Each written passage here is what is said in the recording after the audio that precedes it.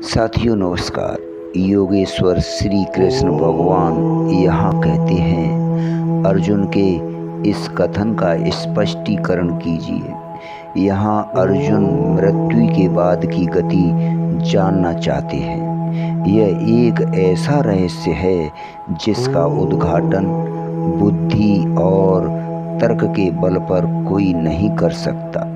मित्रों, इसको वही जान सकते हैं जो कर्म के समस्त परिणाम, सृष्टि के संपूर्ण नियम और समस्त लोकों के रहस्यों से पूर्ण परिचित हो।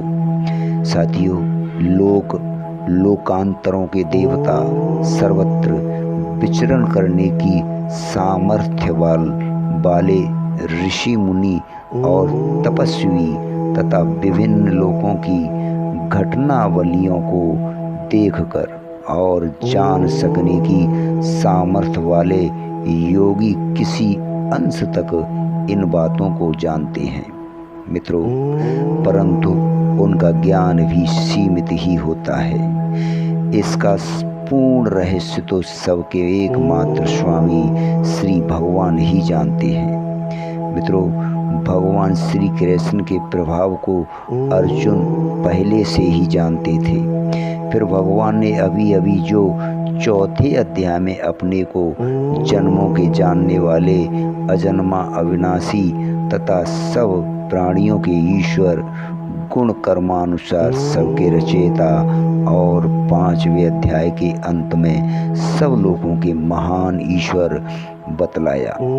इससे भगवान श्री कृष्ण के परमेश्वर तत्व में अर्जुन का विश्वास और भी बढ़ गया। मित्रों, इससे वे यह कहकर कि आपके सिवा मुझे दूसरा कोई नहीं मिल सकता जो मेरे इस संशय को पूर्ण रूप से नष्ट कर सके।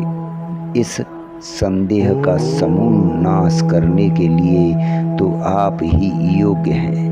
भगवान में अपना विश्वास प्रकट करते हुए प्रार्थना कर रहे हैं कि आप सर्व अंतर्यामी, सर्वत्र सर्वशक्तिमान, संपूर्ण मर्यादाओं के निर्माता और नियंत्रणकर्ता साक्षात ईश्वर हैं।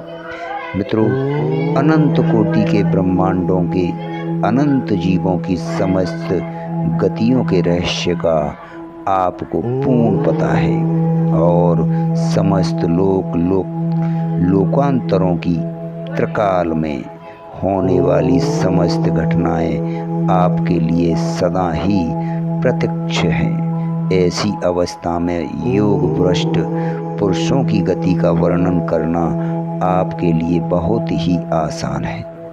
मित्रों, जब आप स्वयं यह उपस्थित हैं तो मैं और किससे पूछूं, और वस्तुतः आपके सिवा इस रहस्य को दूसरा बतला ही कौन सकता है। अतः कृपा पूर्वक आप ही इस रहस्य को खोलकर मेरे संशय जाल का छेदन कीजिए।